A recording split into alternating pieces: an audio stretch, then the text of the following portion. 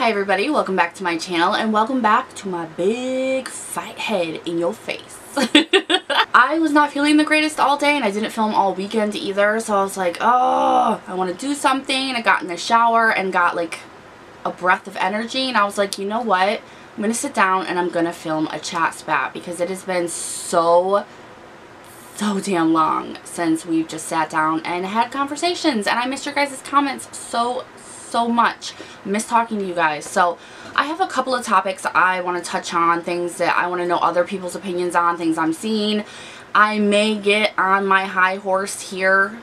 These kind of videos are hard to not, especially when it's your opinion, you know. So if you want to know what we're going to be talking about today, if you want to get in on the conversation, then just sit tight. We're going to get right into it and find out how high my horse goes. The first topic I want to talk about is drama channels. However, I want to talk about a specific thing about drama channels, and it's something that I noticed started happening more and more, especially when drama channels started kind of blowing up. And any drama channel, for that matter, was like 50,000 subscribers plus. They were just climbing. And now there's a lot of drama channels that are way bigger than most beauty YouTubers. So I've touched on with you guys before, and especially on Twitter or Instagram. I'm always blatting on there. But I really feel like drama channels have more so just centered on the beauty community. No other community, for that matter. They touch on sometimes like the mukbang community or the DIY community. Every now and then, you know, they touch on stuff that they think that more people are going to know about. But for the most part, they just stick with this community here, the beauty community. And they make friends. They make friends with people, beauty YouTubers, and it makes me feel some type of way. I feel some type of way about it. Now, what I saw happening also, because I don't follow any of these people, but I see people will share stuff on Twitter and I always end up seeing it. And I see that they're now, like, some of them from some companies are getting beauty PR. And these are drama channels that are big but not that big. They're under like 250,000, and they're getting PR from brands that aren't giving PR to beauty YouTubers who have more subscribers than these drama channels. And I don't see the drama channels actually reviewing them. And if they do, they don't know how to properly review them. So it's a little infuriating because a lot of us can't afford to go out and buy every new launch. So getting on a brand's PR list is a pretty big deal for a lot of us, especially when you're new to getting PR. And to see channels that are more so, if we're just going to get real here, that are more so for bashing our types of channels getting PR and, you know, doing nothing with it, it's a little infuriating. It's a little confusing. I sit there and I'm just like, what kind of message are these brands trying to put out? Because all you're putting out to me when I see a brand do that, what I instantly think of is you're trying to buy that drama channel off. You're trying to make it so they won't talk crap about your company, or they'll have a blind eye towards any funky rumors, you know, like, and I see a lot of YouTubers doing that as well, where they're like cozy friends with drama channels and sending them like merch and all this other stuff, and it really makes me not trust them. It really does. So I'm sitting there and I'm like trying to look at it from a positive view, because that's what I've been trying to do a lot lately, especially with coming back to YouTube. I'm trying to take every negative thought that I get or that manifests, and I'm trying to find like the positive spin on it and change my assumptions into positive assumptions. I'm trying to just see the best of everything, and no matter really what I do to try to spin this, it just doesn't look right in a lot of senses to me. So that's why I wanted to bring this up and get a ton of your guys' like opinions as well. I want to see what the masses think about this. Like, what do you think about drama channels getting PR to begin with? And, you know, what do you think that says for the company or the beauty YouTuber who does that?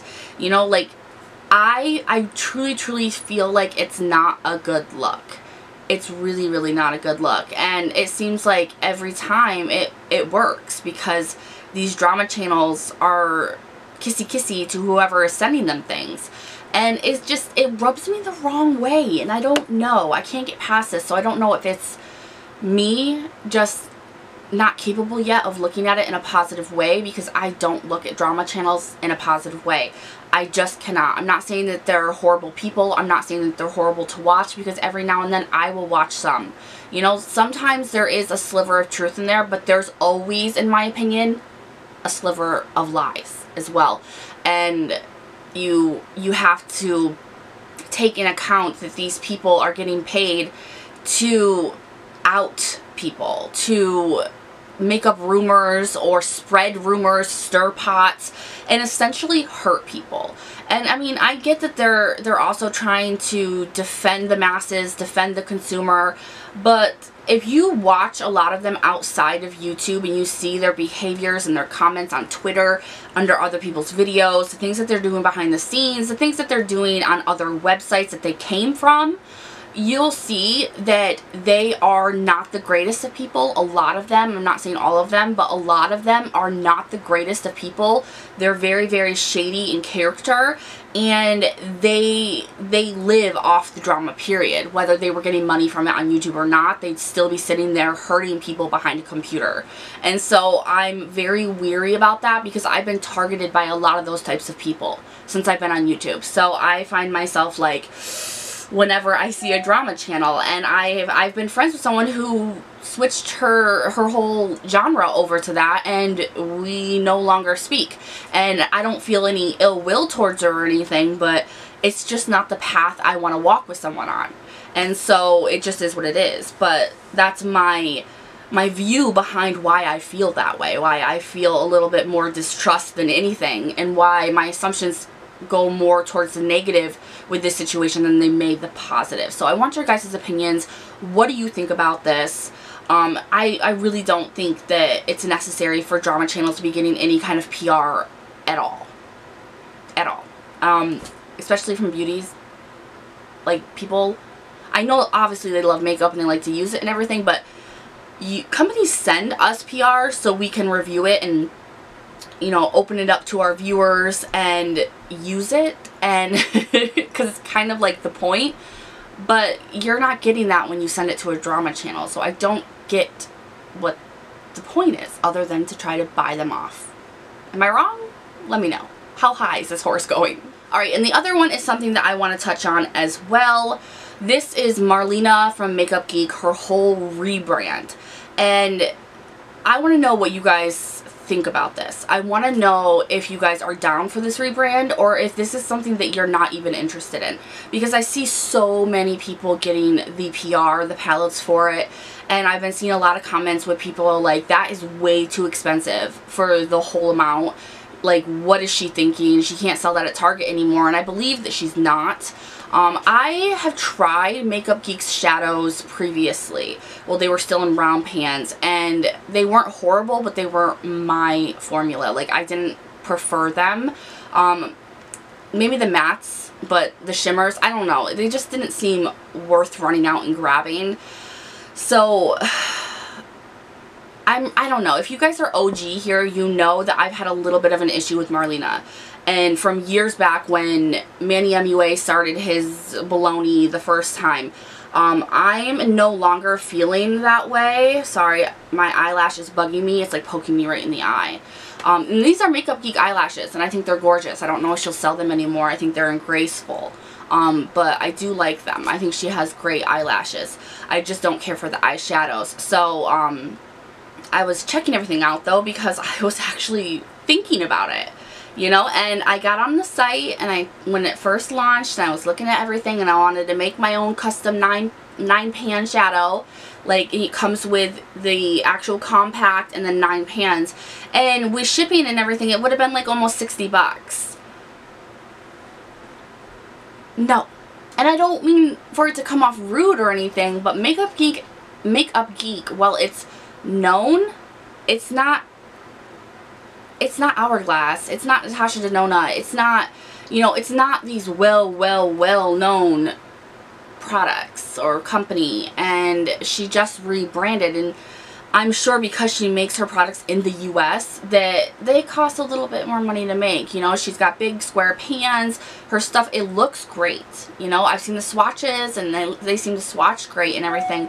But I don't know, even for high end, if I would buy a 9-pan eyeshadow for $60. Like, that's more than MAC, I believe, and it's just not happening. I also do realize that if you kind of do the math with per shadow, price point and everything like that, they are relatively affordable. You know, there's nothing wrong with that. So I would think that if you are interested in something like this, you do need to break it down if you don't have the funds and that one initial price is kind of overwhelming you. I would really cut it down and think about maybe using your own Z palette if you have one. And because I have my own Z palette from Ofra and a beauty place on Amazon, and any kind of single shadows I get, I just stick in there. And I would do it that way and just slowly get your own singles from the ones you're interested in. I would not buy it like how she has it on the site. I don't like that. I mean, I like being able to create your own. I think that's wonderful. But I'm not paying that much money for 9 shadows, especially when I don't know how your formula is going to be yet. And so I have a little bit of an issue with that. I no longer have an issue with Marlena personally, and I do want to put that out there. That was so long ago. It made me, I didn't have that much of an issue with her back then either. It just kind of made me look at her like I don't know if you're my kind of person. You know, I don't know if you're someone I want to support, and I didn't. But now it's been so long, and I'm so happy for her and her pregnancy. I'm so happy for her. I'm happy for anybody who tries to get pregnant and has a hard time with it, and then they finally get pregnant, they finally get that miracle, and I'm just like, I will cry for you. I don't care who you are. I don't care who you are. So I'm very happy with her personally, like her personal life and everything that's happening for her. I'm happy that she's able to rebrand, you know, and I hope that it goes well for her.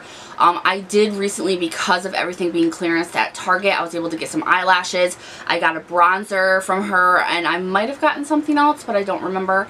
And they're not bad products, but they're just, like, from what I already know of the formula, I'm not going to pay that much for these shadows.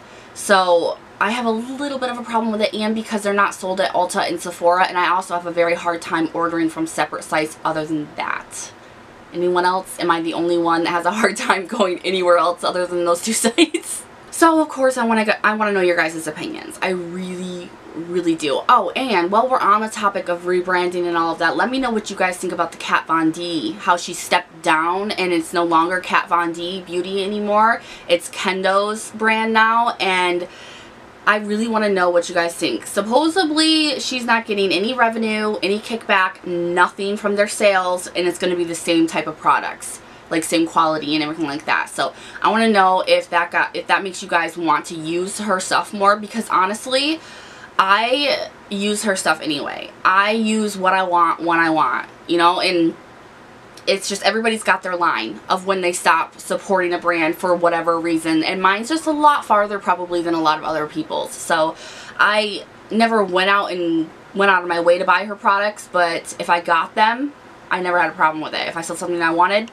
didn't have a problem grabbing it.